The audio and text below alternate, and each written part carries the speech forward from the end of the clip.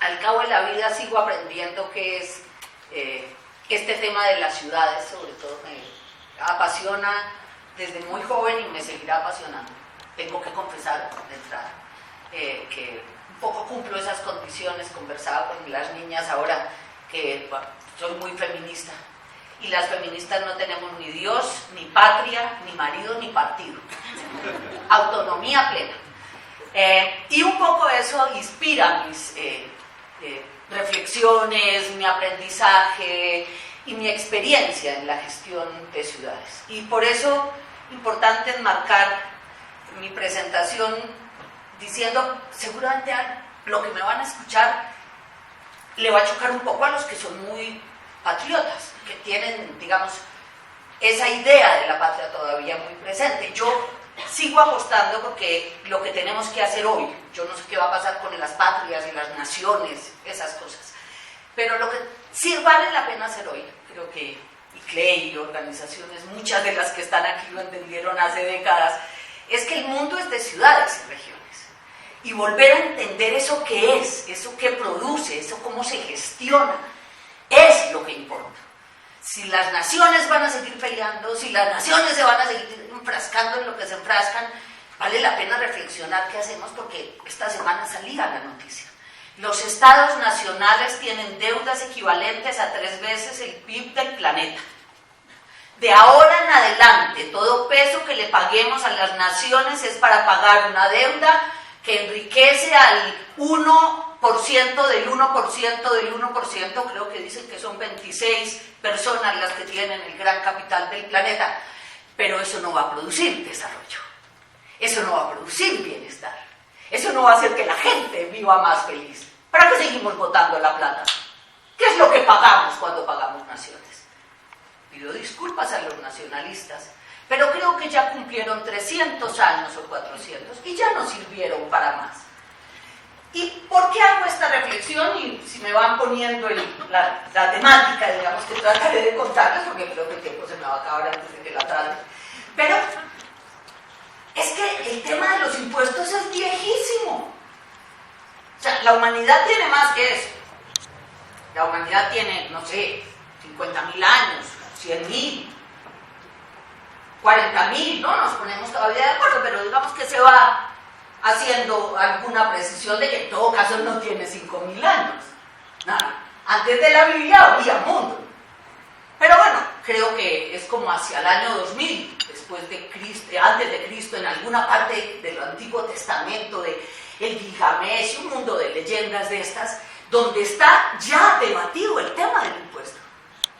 O sea, no estamos tratando con un tema de las relaciones entre estados nacionales y si vetan a un país u otro, no estamos hablando de que hace miles de años la gente tomó un acuerdo fundamental.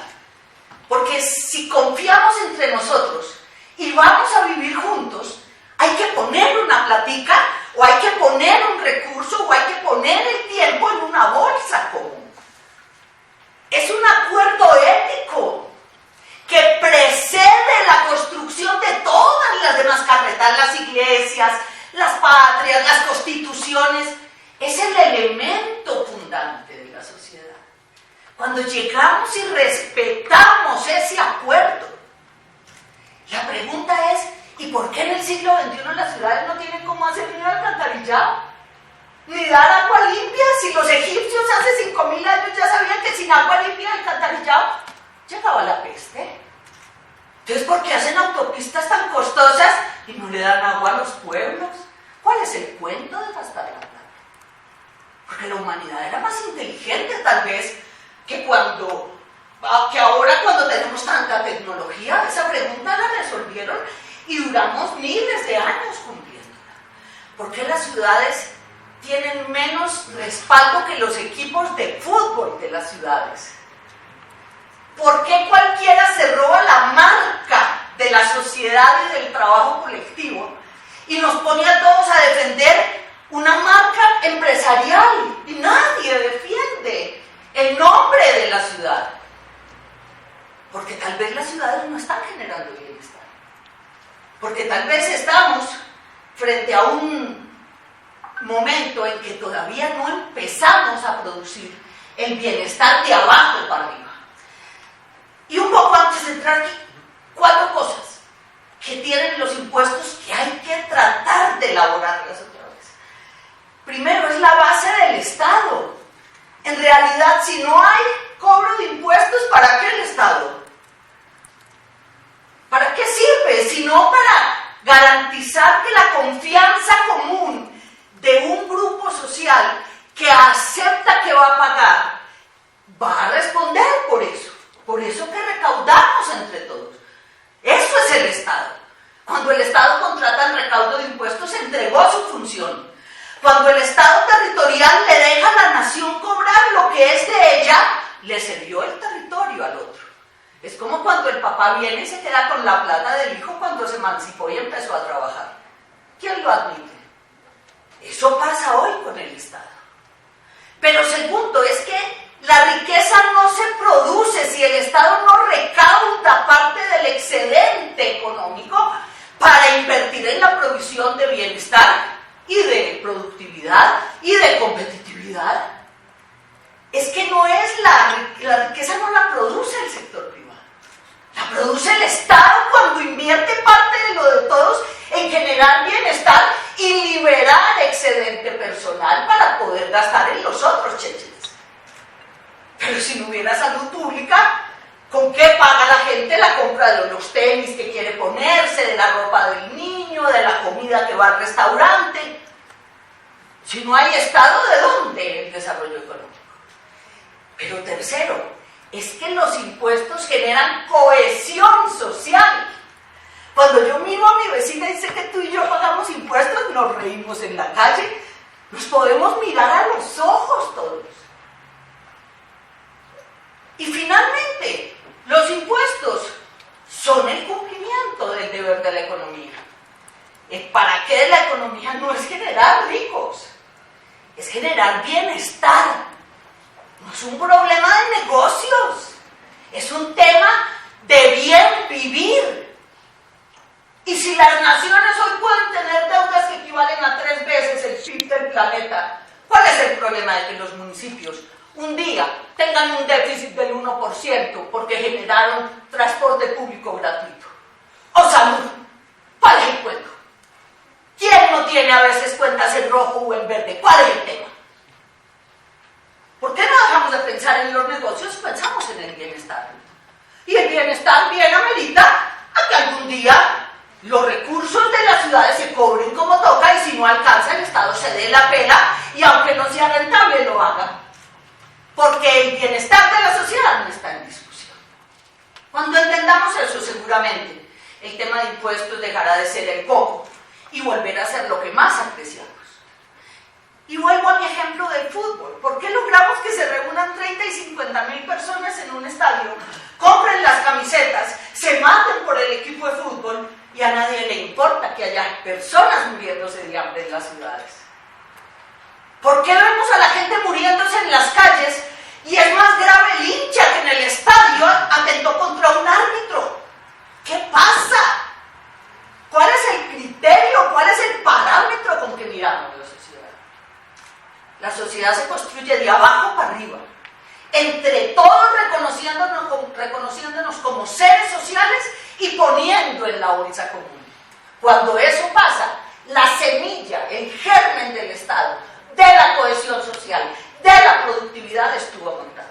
Antes de eso estamos, digamos, en la prehistoria de un problema ético y social, que es lo que importa. El económico se resuelve en números, pero el compromiso con hacer bien las tareas, de hacer feliz, amable la vida de la sociedad, creo que es lo que realmente debe importar. Entonces, no vamos a alcanzar todo, ¿no? Creo que ya Valeria me va a mostrar el primer cartel, pero son como 3 temas que voy a pasar muy rápido solo para mostrar algunos elementos. Me regalan un vasito de agua. El primero son una serie de garabatos. Ay, que vengo construyendo hace mucho rato, son como unos mapas, porque es que hay que tratar de llegar como a visualizar de qué es que estamos hablando cuando uno habla, por ejemplo, del manejo de las ciudades y demás. En el segundo vamos como a marcar 2, 3 grandes hitos de lo que se hizo en Bogotá. Y finalmente voy a poner un poco resultados de los que me siento bastante orgullosa, no en el término de cobrar para mí de ese resultado, sino de la satisfacción del deber cumplido por parte de equipos que se la jugaron por tocar los puntos estratégicos por donde se cambian las cosas dentro del Estado. Y entonces, empiezo solamente recordando esta frase de Tony Judt en ese libro que se llama Algo va mal, que es básicamente lo que venimos haciendo viene mal hecho, sobre todo en temas territoriales. Estamos cometiendo muchos errores, o sea, ser 7.000 millones de personas es un problema suficientemente grande, pero cuando usted sabe que además esos son 700 o 1.000 millones de personas pobres, sin salud, sin agua potable, la vaina se va poniendo cada vez peor. Algo ahí que no está funcionando. Y Tony Judt y miles de gentes lo dicen. Y por donde vamos construyendo las salidas, que es por donde hemos venido siempre, no vamos a encontrar más que de lo mismo. La última crisis fue en el 2008. Y hoy tenemos a todos los grandes analistas diciendo, ya viene la otra, se recalentó, ¿cuándo va a explotar esto? ¿Cómo va a explotar? ¿Dónde va a ser más dura? ¿A quién le va a pegar peor? No hemos terminado de salir de la de hace 10 años y estamos otra vez ahí parados. Y él dice, es inevitable que si seguimos aplicando las mismas soluciones a los problemas, vamos a seguir obteniendo los mismos resultados. Aquí hay que hacer otras cosas, por otros lados. Y empiezo con mis garabatos. Y lo primero es empezar a pensar que las ciudades no son una empresa, pero tampoco son la nación. Son una organización, son una entidad que está entre los grandes temas macro y los micro de las empresas. Pero los que creen que gobernar ciudades es como manejar una empresa, tacan burro, dicen en mi tierra. Eso no es cierto. Una empresa es un problema micro que no tiene lo social como base de su reflexión. La ciudad tiene la base en esa realidad social. ¿Cómo hago mejor la vida de la gente? No cómo hago más obras. Eso es un embeleco patriarcal y de machos. ¿Qué obra hago más grande? ¿A quién se le nota más? Eso no importa. Lo que la gente quiere es comer. Lo que la gente quiere es educación y salud. Seguir haciendo pirámides para mérito del gran arquitecto, del gran gobernante. Hágela usted, pero no con la plata pública. Y ahí hay que pensar realmente que la ciudad tiene que empezar a cobrar entidad propia. Y la ciudad cobra entidad propia por dos lados, que se llaman, por un lado la alcaldía, por supuesto. Ese alcalde o ese gobernador es un líder que la sociedad eligió, qué bueno que ejerza como tal, no como empresario privado, no como favorecedor de los intereses de un partido, porque en la ciudad comen los liberales, los conservadores, los del PAN, los del PRI, o sea, la ciudad no es de colores políticos, y si eso no se supera, no hay cómo resolverlo, mientras las ciudades sean clientelas para el equipo de fútbol, para el político, para la empresa que vende zapatos, que vende comida, y la ciudad no tenga clientes propios, está llevada. No, son defensores de la ciudad los que empiezan realmente y necesitan de ese alcalde liderado. Pero ¿quién diseña? ¿Quién proyecta? ¿Quién decide realmente? En Hacienda y Planeación. Perdón que lo diga así, pero si los alcaldes y los gobernantes no tuvieron sino excelentes equipos en Hacienda y Planeación, que les hablen más duro de lo que hablan los mismos alcaldes, las ciudades tendrían futuro. Pues se les va todo en entidades operadoras. La que hace calles, son las más grandes de todos los municipios, la que hace calles. Calles para los carros, además. 80% de la inversión que se hace en una ciudad se va para calles, sin alcantarillado, sin acueducto por debajo a veces. ¿Sí? O sea, entre Hacienda y Planeación, si tienen claro para dónde se va, uno puede dar línea hacia dónde van otros sectores, hacia dónde van los temas más específicos. Pero eso deberían ser entidades donde el alcalde tiene poco margen de maniobra. Mientras más independiente sean la hacienda y la planeación, conceptualmente hablando, políticamente hablando, mejor. Un buen gobernante se rodea de los mejores y no los tiene comprometidos con intereses de un color u otro. Venga a traer a la gente que sea capaz de defender el interés general. Cuando exigimos que sean las dos mejores entidades, que ahí no se negocia, no se tranza, eso no se desbarata, porque ahí es donde está la línea que va a seguir la ciudad a mediano y largo plazo. Después están, por supuesto, todas las demás entidades.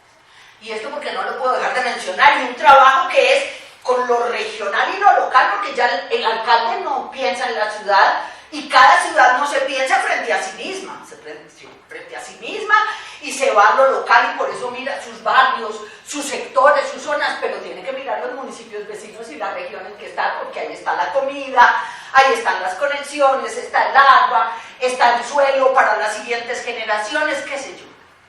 Y lo otro es, y tener en cuenta la ciudadanía y los empresarios, claro. Es un tema de gobernanzas. Por eso el liderazgo de las ciudades no es vertical, no es de príncipes, no es de reyes, no es de presidentes. Es de colegas, es de compañeros.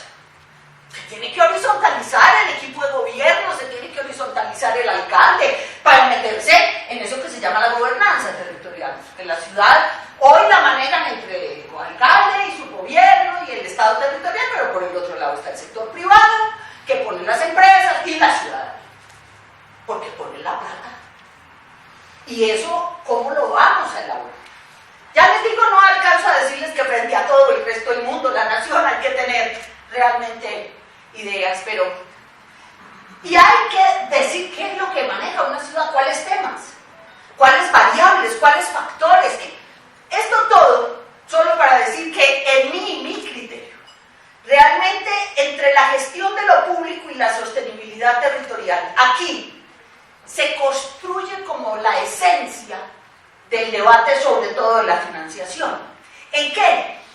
En que en la política de fiscalidad, tributación, política de suelo, la regulación, que tiene que ver con la planeación de mediano y largo plazo, socioeconómica, la planeación y el ordenamiento territorial, y la planeación fiscal, y las decisiones de política de suelo es donde yo tengo la nuez del gobierno.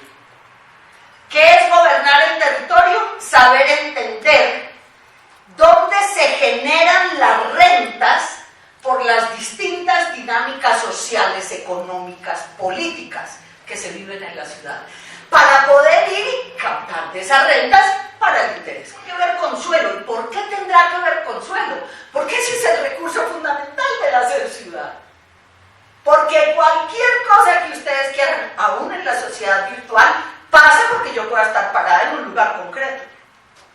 El mundo sí va a ser virtual, pero conectando realidades concretas. Todo el mundo tiene que conectarse a algo y está parado en algún lado. ¿Cómo gestiono esos metros cuadrados que nos tocan por habitante, o que tocan por ciudad, o que tocan por... ¿Cómo lo gestiono? ¿Cómo lo manejo? Porque eso es el principio de la riqueza de la sociedad y de la riqueza urbana. Puede que me vaya como muy lejos con esta explicación, pero la primera vez que alguien dice que cobró un impuesto fue cuando le cobraron a Abraham, porque Abraham insistió en que quería enterrar a Sara en un suelo, y que a partir de entonces ese suelo era de él, porque ahí estaba su antepasado. O sea, es desde ahí.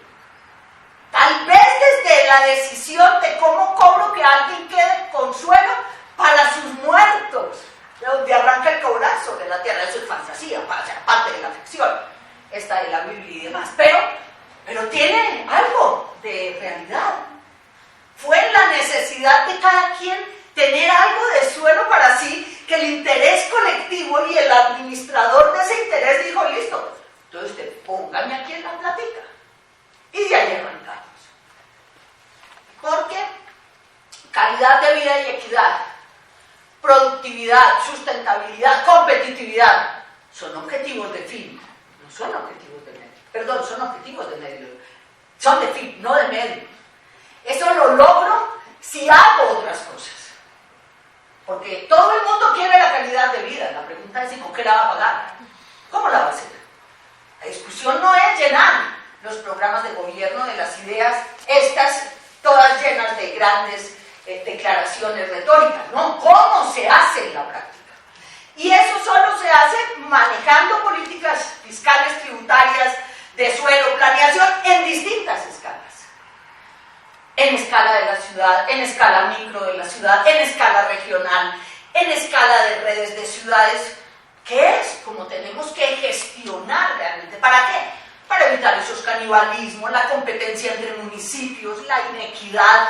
Toca trabajarlo en grupos, que seguramente grupos, redes de municipios logran avanzar mucho más en estos temas. Pero eso no se puede hacer si no hay un sistema de planeación. No es un instrumento suelto, no es un plan suelto. No, tenemos que aprender a respetar la planeación como un gran sistema, donde hay instrumentos de largo plazo, 20, 30 años. No son planes rígidos, pues hay que tener unas ideas de largo plazo.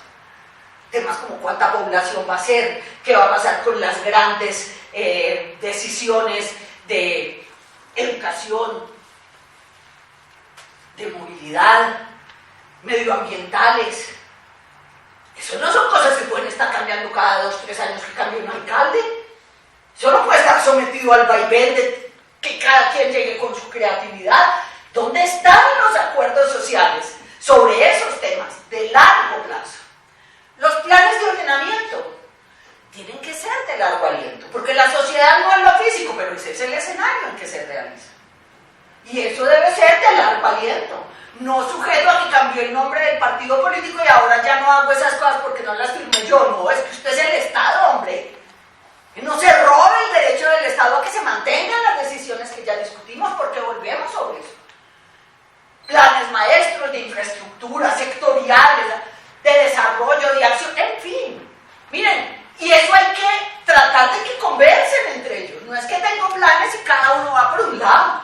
¿Cómo sincronizo? ¿Cómo sincronizo horizontes temporales, sectores, instrumentos de escala regional, local? ¿A qué es complejo? Claro, por eso en planeación y hacienda no pueden estar tontos. Por eso ahí no puede estar la gente que tiene pensamiento simple. O llega aquí gente con el pensamiento complejo, o nunca vamos a hacer nada serio. Que porque es muy difícil, es que ¿cómo se hace para mantener un plan a largo plazo? Pues sosteniéndolo. Así se hace. Eso acordamos, eso, tengamos seriedad para cumplir la palabra. Es un tema, otra vez, es un tema ético, es un tema de ser serios en el manejo de lo social. Pero bueno, tengo que seguir para decirles que es que si yo no tengo una buena estrategia de ocupación del territorio, esa expresión del ordenamiento en desarrollo económico, en desarrollo social, en seguridad ambiental, no se ve. ¿Cómo voy a lograr yo que el medio ambiente se conserve, que la sustentabilidad se dé, si el ordenamiento promueve una ciudad en expansión en mancha de aceite, urbanizar las zonas rurales, sin agua, tumbando monte? No va, ya no cuadra. Es muy, ¿cómo dice uno? Es muy bipolar, muy esquizofrénico. Eso es lo que nos pasa con el desarrollo hoy en día. Es un manejo absolutamente descoordinado, disociado de algo que tiene que converger, porque estamos trabajando sobre un territorio común donde hay gente de verdad. Es que cuando la nación decide sobre un mapa en escala 1 a 1 millón. O sea, si hay acueducto o alcantarillado ni se supo. Si cayó el aguacero, pues no se vio. Pero cuando uno está en escala 1 a 1, el aguacero cae encima de uno. De gente real. Es que es muy distinta la mirada y creo que ahí es donde está como la gran forma de convencer. Si no hay buen desarrollo fiscal de los territorios, no va a haber buena economía territorial. Ahora les digo por qué. Porque las ciudades no tienen Banco de la República, banco emisor. Las ciudades tienen secretarías de planeación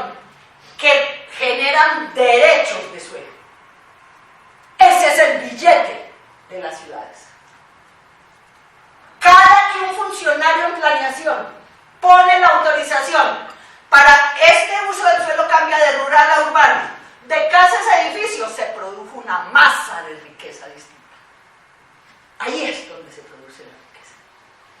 Y esa riqueza está en los textos de economía, toda descrita, se comparte entre la utilidad al privado, el beneficio al Estado el beneficio al particular y la redistribución al ciudadano y la redistribución a través del Estado.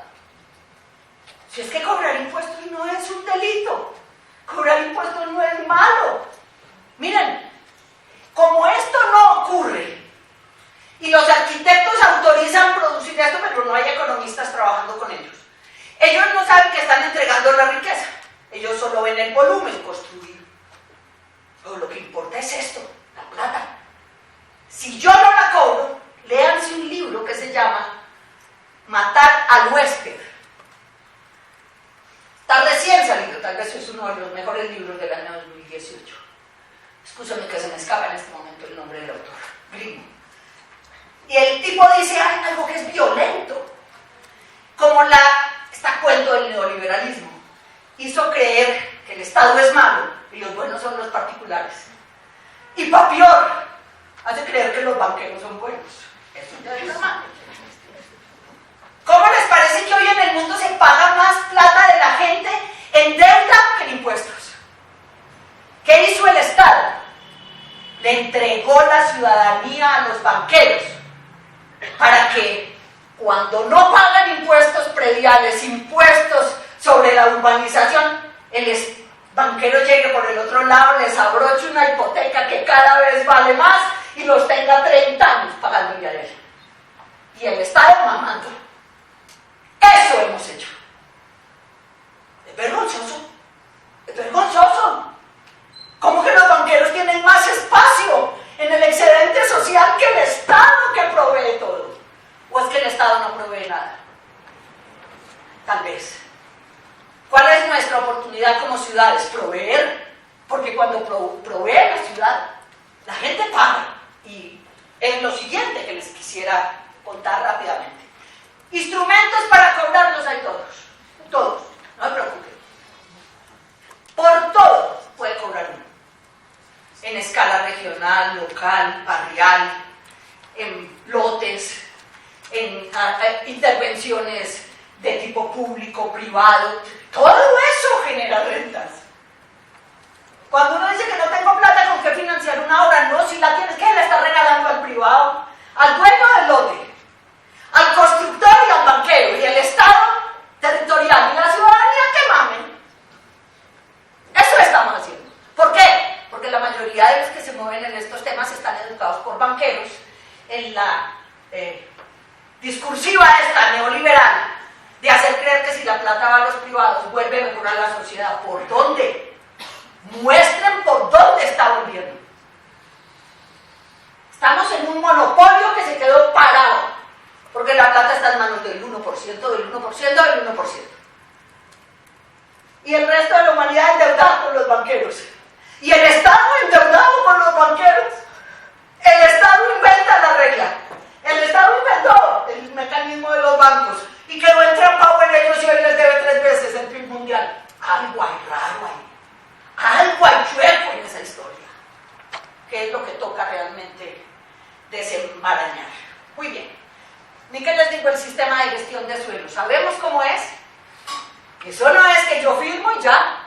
Eso es vaya realícelo en la práctica. Y ahí es donde todos mueren. Porque el lote lo venden caro cuando le dan el título y se ganó la plata, pero ahí no ha pasado nada. Ahí la economía no se ha realizado hasta que el lote no tiene la conexión a agua, luz, energía, a la carretera, a las escuelas. Eso no vale. Entonces, ¿qué está pasando? Pues que estamos engañando. Es economía especulativa, pura burbuja. Eso es lo que hay. ¿Y saben dónde está ocurriendo la burbuja? En las ciudades. El gran capital planetario está hoy consumiéndose en las ciudades, comprando el suelo de las ciudades porque no tiene que pagar nada. Produce un edificio de 40, 20 pisos, lo tiene desocupado años y no le pasa nada porque el predial les dio un lote como si estuviera desocupado, como si fuera una casa de un piso, porque a los alcaldes les da pena cobrar impuestos. Que porque se va la inversión. ¿Se va para dónde? Si está aquí puede llegar y no pasa nada. En fin, esto es para que simplemente lo piensen. ¿Qué hizo Bogotá? Vale la pena, muy resumido. Bogotá en el año 92-93 era la capital del caos latinoamericano. Por allá no pasaba sino una guerra de 50 años, Don Pablo, o sea, todo lo que ustedes quieran. Llega un señor que se llama Antanas Mockus con sus cuentos. Y el primer elemento de Antanas es la vida es sagrada. En una sociedad donde se mata por oficio, por un reloj, por un teléfono, de la vida no vale nada. Su primer delirio fue decir la vida es sagrada. Protéjanos, llegaba a decir que a los ladrones róbame pero no me mates. De hecho lo cumplimos. La Bogotá hoy es una de las ciudades con menor índice de homicidios por 100.000 habitantes, aunque todavía roban, pero hasta los ladrones aprendieron que bueno, no matan tanto. No es que no matan, es que no matan tanto. 14 muertes violentas por cada 100.000 habitantes frente a 30, 40 de Colombia y 80 o 100 de muchas otras regiones del país. Y eso se apalancó, y es donde yo quiero ponerles el énfasis, en esto. Por un lado, en una frase que era todos por uno. Antanas dijo, la vida es sagrada, la ciudad es de todos, la vamos a hacer, formar ciudad, se llamó nuestro plan en el 95. Pero la pregunta que seguía es, ¿y esto con qué se paga? Y eso se paga con todos por uno. Cuando les digo todos ponen es que yo me di el lujo de tumbar todas las exenciones tributarias que había en los impuestos territoriales que podía tumbar. ¿Que para qué le cobran el estrato 1 de vivienda? ¿Que para qué le cobran los tiendas? ¿Que para... No, es que aquí ya éramos 6,5 millones de habitantes entonces, 6 millones largos. ¿Cómo así? Es que aquí todo el mundo tiene que pagar. Es la única forma de que nos miremos todos a los ojos y se acabe el favor y se acabe la clientela política. El día que la ciudadanía paga, ya no se debe a un político. Porque yo pago, usted se debe a mí. Usted es mi empleado. Lo dice hoy Enrique Peñalosa en sus propagandas. Somos los empleados de la ciudadanía, él no quisiera, pues le toca. ¿Por qué? Porque sabe que es la que paga la ciudadanía. Con un refuerzo llega recurso público, recurso sagrado. Yo me comprometo a manejarle bien esa plata. Y ha pasado. Tanto que, como contabas, en algún momento hubo una cosa que se llamaba impuestos voluntarios. Eso es un sinsentido, es una contradicción esencial. Eso tiene pero así fue. Se ponía en el formulario de impuestos, si usted quiere pagar 10% más de impuestos, y la gente decía sí o no. Y si quiere, sí, ¿en dónde los ponemos? Aquí, en estas obras o en estas otras, y la gente marcaba. Y llegamos a tener 120, 150.000 personas pagando voluntariamente. ¿Qué se logró con todo esto? Solamente voy a ir a, porque ya no me queda sino un minuto. Que desde hace 23 años Bogotá es una ciudad que no tiene problemas fiscales. Sus ingresos tributarios, sus ingresos corrientes representan cerca del 70% de los ingresos de la ciudad. Solo 20%, 18% son transferencias de la nación y el otro 10-12% son rentas de capital. Bogotá hoy tiene un presupuesto que vale 8.000 millones de dólares. Es equivalente, siendo más pequeña a Barcelona, pero en términos de números es proporcional al recaudo de Barcelona, al primer mundo y al primer mundo serio. Y Bogotá en 25 años pasó de tener 35% de la población en pobreza a 8%. O sea, la ciudad está cubierta plenamente de acueductos, alcantarillados, energía, escuelas, hospitales. La movilidad no funciona, esto no funciona muy bien, pero es que ya somos maleducados estructurales, entonces nadie respeta reglas. Si es 1 millón de carros haciendo cada uno como le da la gana, pues es un carro. Pero la ciudad ahí va. En 23 años volteó. De 10-12% de pobreza extrema está por debajo del 1% de pobreza extrema.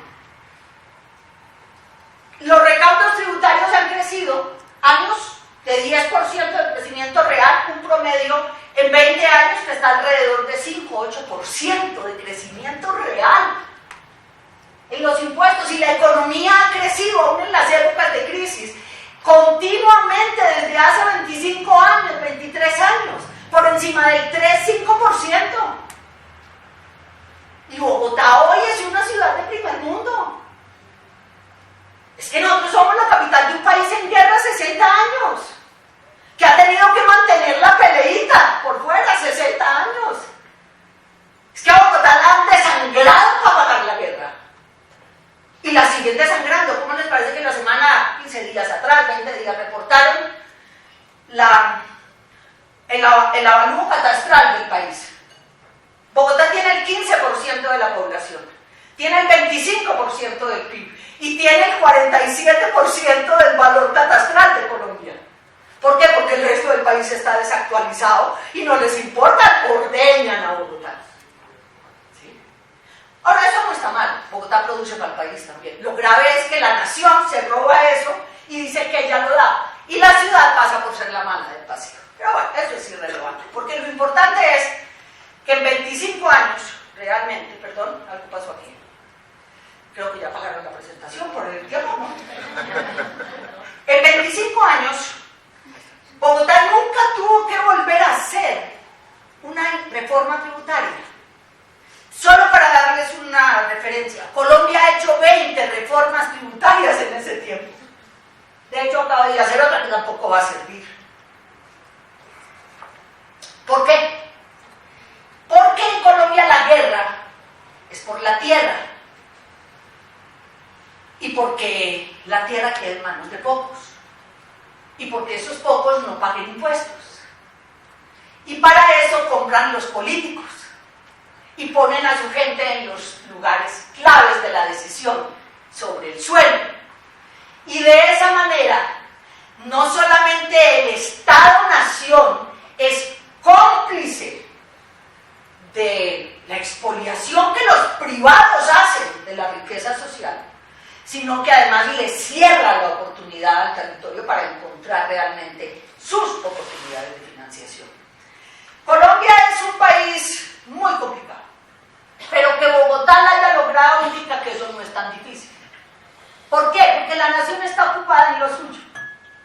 Mientras nosotros hacíamos esto, el país estaba en una pelea que se llamó el Proceso 8000. Entonces ellos estaban peleando, que si la plata de los narcos, que si no.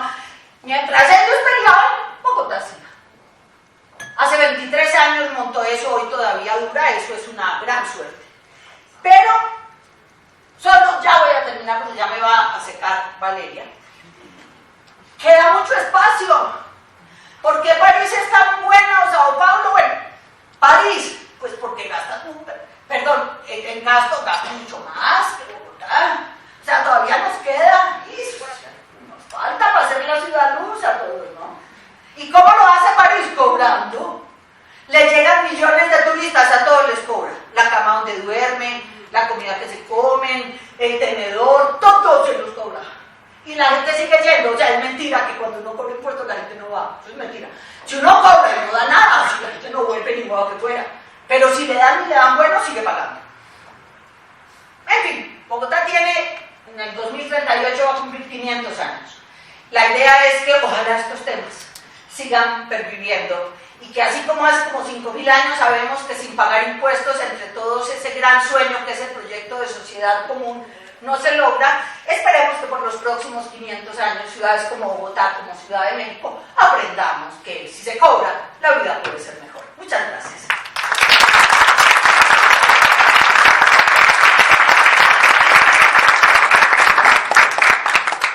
Bueno, ¿ya despertaron?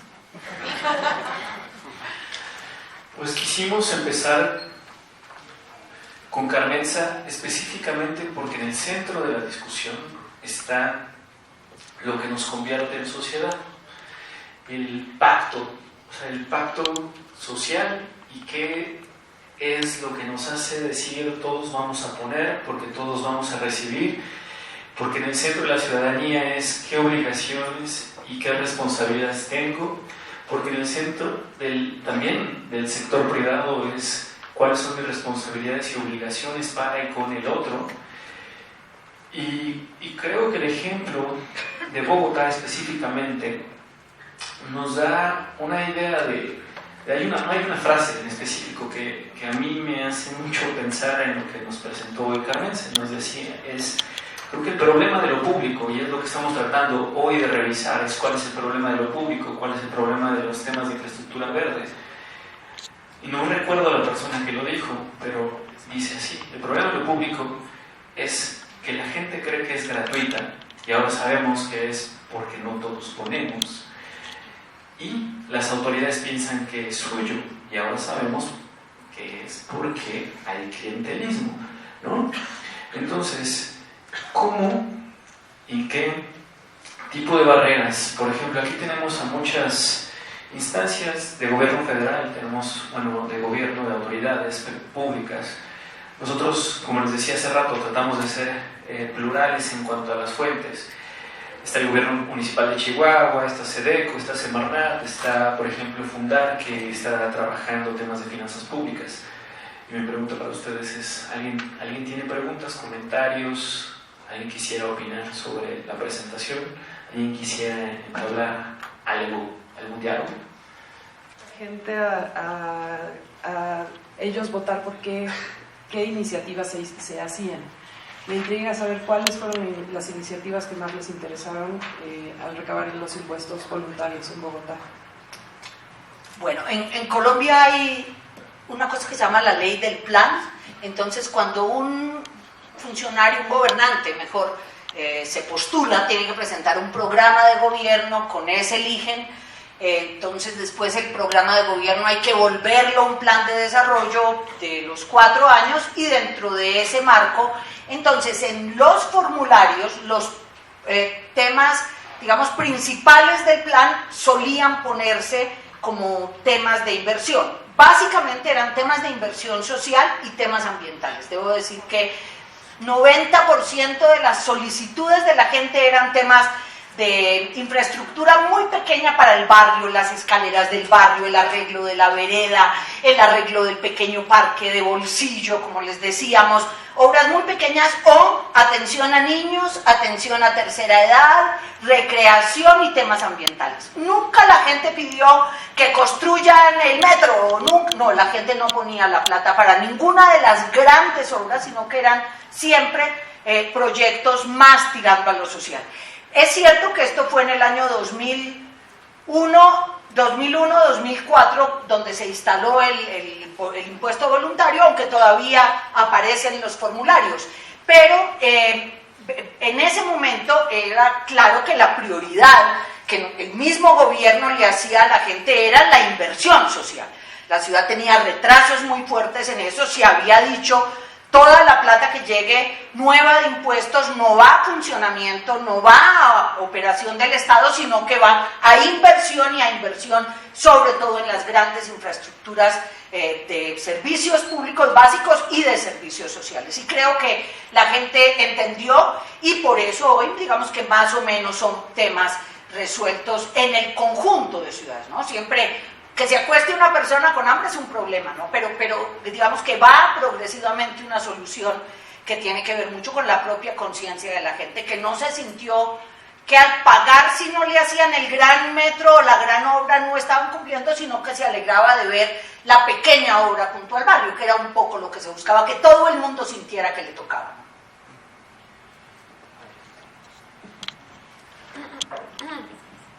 Hola, muchas gracias por la presentación, se nota la pasión magisterial. Quería preguntarte, en este tema de todos ponen, ¿no? y la recaudación, ¿cómo le hicieron, o si ustedes tienen experiencia con la economía informal? Porque aquí en México ese es un gran problema, ¿no? O sea, hay mucha gente que se sostiene de la economía informal y entonces pues se sale de todo alcance tributario. Entonces, ¿algunas reflexiones sobre la experiencia de Bogotá? Sí, muy buena pregunta. Porque igual, o sea, cuando empezamos a hacer esto, año 1994-95, 2/3 de la ciudad era ilegal en términos de las viviendas. Las viviendas eran construidas en suelo ilegal, sin licencia, por cualquier medio, sin arquitecto, ciudad informal. Ese fue un mecanismo que se tomó de los canadienses, está en un instrumento que es tal vez como la constitución de la ciudad, se llama el Estatuto Orgánico de Bogotá, y es el autoavalúo. ¿Cómo ponemos a pagar impuestos a lotes ilegales? O sea, mientras hacemos la formación catastral, la actualización, se legaliza, o sea, eso no, pasan otros 100 años y no llegó la plata, y ya, hay que hacer algo. El barrio ilegal había que legalizarlo para poder empezar a hacer inversión pública, porque si no, no puedes poner plata pública en suelo ilegal. Entonces, por ahí estuvo el gancho. No tenemos cómo legalizar cada predio, pero vamos a legalizar el barrio y cada predio me va a contar cuánto vale, pues de qué tamaño es, dónde queda y según esta tabla cuánto vale el predial que va a pagar. Se llama el autoavalúo. Es un instrumento de confianza que los canadienses aplicaron donde le devuelven al ciudadano la carga de la prueba, se llama en derecho. Y es, yo no puedo decirle a usted cuánto me debe, pero dígame usted cuánto me va a pagar. Y le creo. En principio le creo. Claro, esto fue lo que hizo que en 3, 5 años tuviéramos casi el 100% del censo predial pagando. No como formación catastral plena. Eso nos tomó otros 10 años. Bogotá hoy tiene el catastro tal vez más sólido de América Latina, ¿no? El que quiera conocer catastros duros, vaya ya.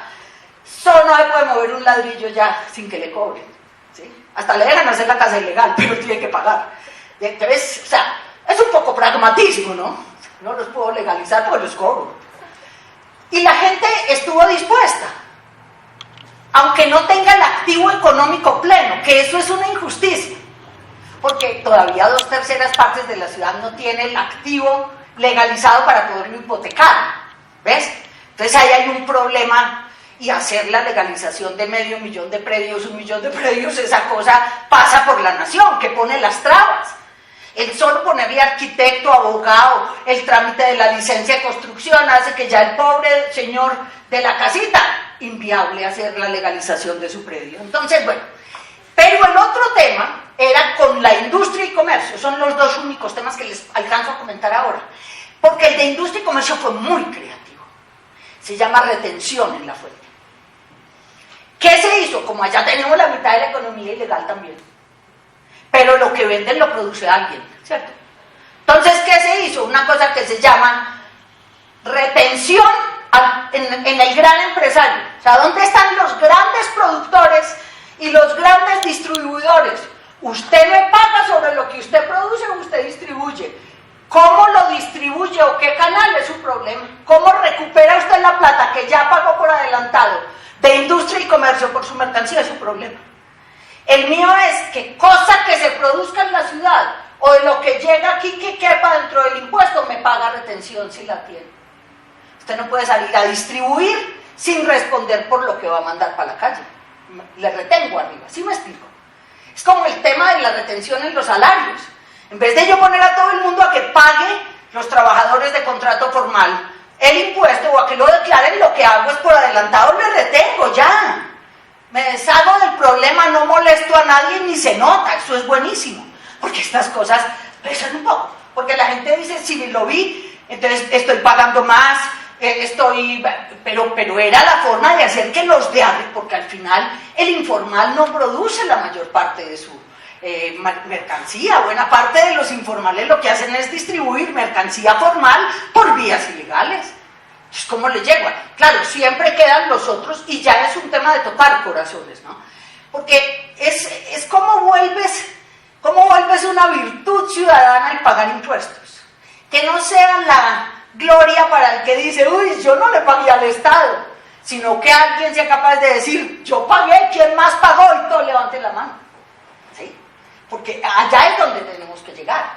Yo debo confesar que hubo otra manera, que la comento rápido, que fue los niños. O sea, hay que educar una nueva generación apreciando lo público, apreciando el Estado, apreciando el impuesto. Eso como se hace, explíquenles y verán. Nosotros trabajamos mucho con los niños y recuerdo padres que llegaban y me decían, ¿ustedes qué fue lo que hicieron? Están criando monstruos. Mi muchachito llegó a la casa a decirme, papito, ya pago impuestos. Y yo no, mijo, ¿por qué? Papá, se van a quedar sin que escuela los niños. ¿Cómo no has pagado impuestos? Yo les vayan por la calle y encuentren un hueco en la calle, digan, este hueco es mío, que no pago impuestos. Y los niños aprendieron la frase, si ve papito, ese hueco es suyo porque no paga. ¿Sí ve? O sea, ¿cómo vuelve uno a las nuevas generaciones socias de la construcción colectiva? Porque los padres vienen educados para no pagar. Necesitamos formar a los niños para que nos ayuden a formar los adultos y de una vez ellos quedan educados y van a educar a sus hijos en una cultura de cumplimiento, en la forma un poco de proyectar. Perfecto. ¿Alguien más nos quiere compartir una pregunta? O sobre todo retos, creo. Me interesa también escuchar los retos que están ustedes viviendo. Bueno, a mí me permito de alguna manera expresar una duda. Yo estoy trabajando en el bosque de Chapultepec por la actividad, ¿no? Pero es una actividad que en este momento se encuentra desordenada y desbordada, ¿no? Entonces, a partir del pago de derechos, ¿cómo podríamos nosotros regular esa parte?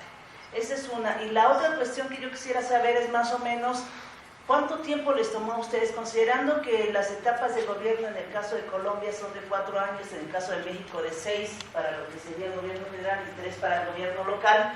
¿Cómo fue posible articular todo este cambio a lo largo de la historia? Porque aquí lo que ha pasado es de que a veces tenemos políticas sociales como las que tuvimos hace algunos años con Andrés Manuel López Obrador, que eran más sociales que tendientes a generar beneficios para las empresas y que ahora al parecer se repiten, pero que no tenemos la garantía de que en un futuro próximo, en 3 o 6 años, cambien, ¿no?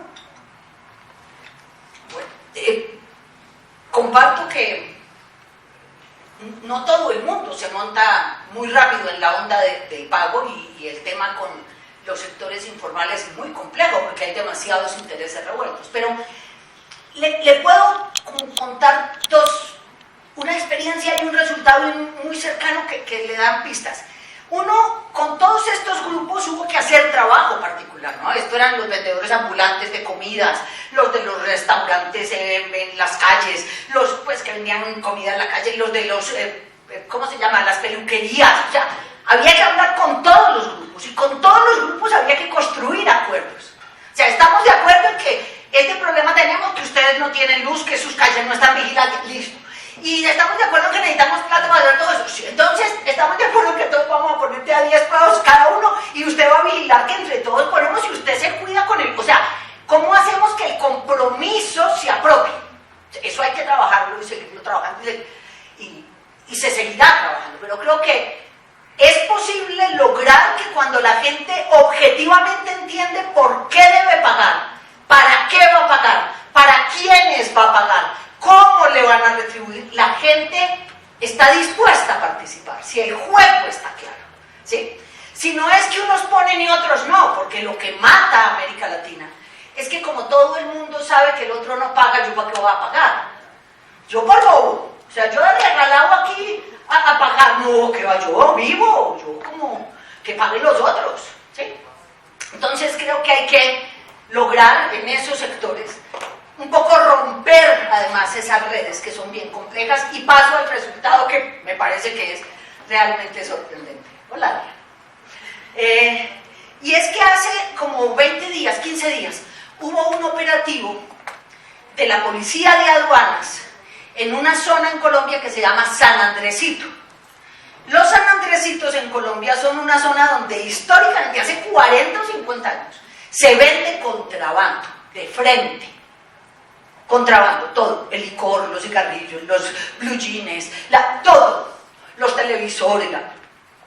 Claro, con el tiempo lo que se trae de mercancía va cambiando, ¿no? Eso ha rotado porque la industria cambió en cada país, porque los mercados cambiaron, el consumo cambió, los ingresos. Hoy en día, esos sanandresitos tienen un altísimo componente de producción nacional que se vende allí. Y pagan los impuestos.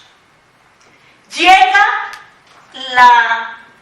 el operativo de la Policía de Aduanas y los señores de los locales colombianos ayudaron a la policía a identificar los locales donde estaban vendiendo contrabando. ¿Y saben cuál era el argumento de la gente?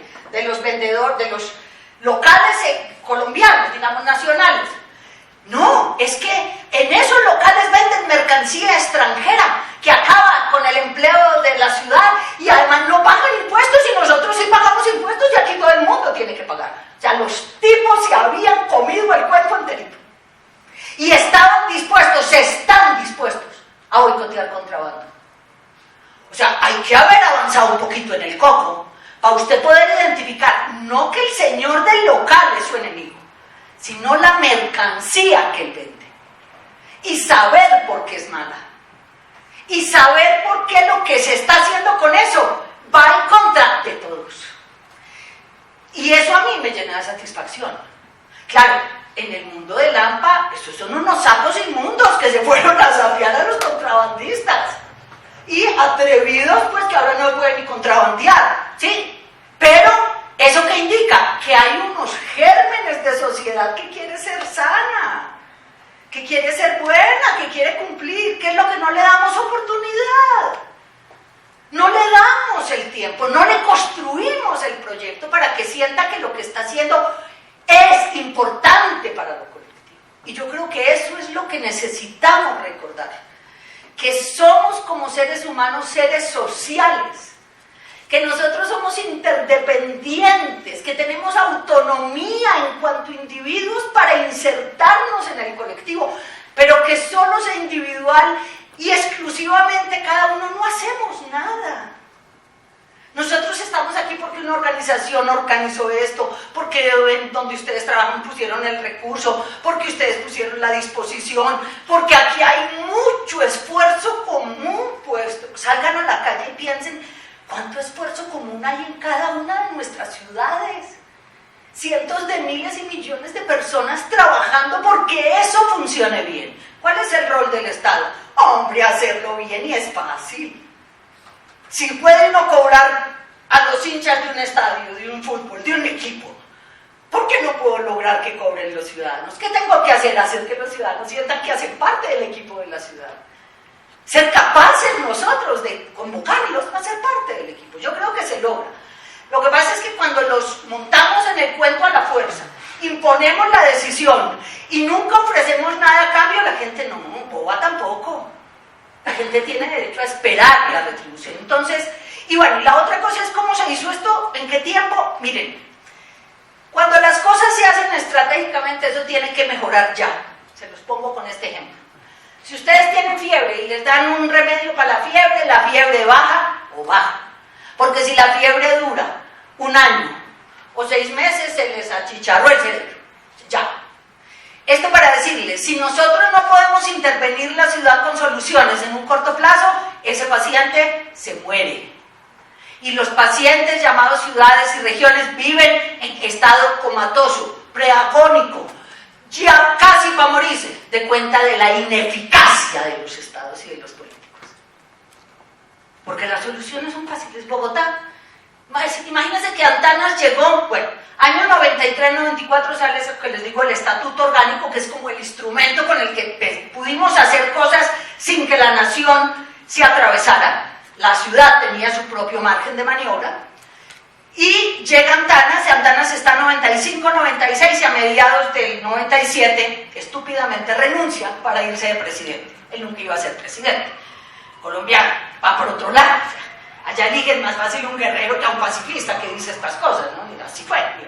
No le sirvió para nada irse, que fue el experimento un poco, por lo menos, huérfano. Pero lo que pasó en Bogotá pasó entre el año 95 y el año 97. El cambio ocurrió en 2 años, porque si el coco de la gente no registra muy rápido el cambio y algo que ocurre en la realidad no se lo ratifica, la gente no se monta. La gente no se monta en esa ola. Enero del año 95, nadie usaba en Bogotá cinturón de seguridad y nadie usaba la cebra. Diciembre del año 95, 95% de la gente usaba el cinturón de seguridad y usaba el paso de la cebra. Y esa fue la indicación de que la gente nos estaba oyendo. Pero eso ocurrió en 1 año. Monitoreo permanente, día a día, todo lo que hacíamos se miraba todo el tiempo, porque teníamos que cerciorarnos. Una explicación un poco más concreta. La estructura fiscal quedó montada de una manera que tanto por el ingreso como por el gasto es prácticamente imposible de desmontar. solo tienen un margen de maniobra si consiguen plata adicional. Porque cuando uno arma una estructura tributaria y una estructura de ingresos de largo plazo, yo la monté en el año 95 con proyecciones al año 2030, y ahí estaba. O sea, era una estrategia que se llamaba crecimiento sostenido de los ingresos para la modernización y la inversión distrital, y ahí va, tal cual se pronosticó. Y cuando el gasto se organiza en una estructura presupuestal, se ponen los rubros y se le pone cuánto a cada rubro, mover eso es muy difícil. O sea, bajarse usted el gasto de salud es muy difícil porque cada año hay más niños y padres más empoderados. O en salud, o en parques, o sea, la gente conforme pasa el tiempo gana. Y eso ocurrió en 2, 3 años. Después se ratificó, eso no lo han podido desmontar. Entonces, por eso les digo que lo que se logre hacer desde Hacienda y Planeación, montando los instrumentales, montando las estructuras fiscales, montando la manera de hacer, es lo que puede hacer que al mediano o largo plazo fructifique. Yo me siento muy tranquila porque han pasado muchas cosas, de hecho un alcalde bastante mañoso hizo daños y todo. Con todo eso la gente no perdió la confianza porque al alcalde lo metieron a la cárcel. O sea, la gente vio que si alguien la embarra, la paga. Entonces eso ayudó a que no se desanimara la gente y siguiera pagando impuestos y a que digamos, se prolongara la experiencia. Pero ese es el gran reto, cómo hacer cosas que perduren, y por eso Hacienda y Planeación tienen que ser 2 entidades manejadas por gente capaz de maniobrar en medio de la turbulencia para mantener el rumbo. Ese es el verdadero ejercicio de poder. El poder no está en el alcalde. Quienes deciden son esos que en Hacienda y Planeación ponen esas 2 estructuras y las hacen converger y las hacen sincronizar. Si eso se logra, yo creo que, o sea, lo han logrado muchas ciudades y creo que no hay nada que indique que quien lo proponga no lo pueda lograr. La cosa es si persiste, ¿no? Si hay la insistencia. El momento de imponer las cosas es muy fuerte, yo se los digo porque a mí me tocó torear más de 250 investigaciones que me hacían de todas partes porque estaba pisando todos los callos, o sea, eso era parejo. Y entonces a uno le tiran piedra de todas partes, desde el ciudadano raso hasta el último político con poder. Pero, digamos, mientras la tarea técnicamente y éticamente se sostenga, creo que ella sola se defiende. Muy bien, jóvenes, señoras, señores, muy amables por su audiencia, y espero que estas reflexiones ustedes las puedan seguir elaborando y tengan una larga vida para llevarlas a la práctica. Seguiremos viéndonos hoy para conversar. Muchas gracias.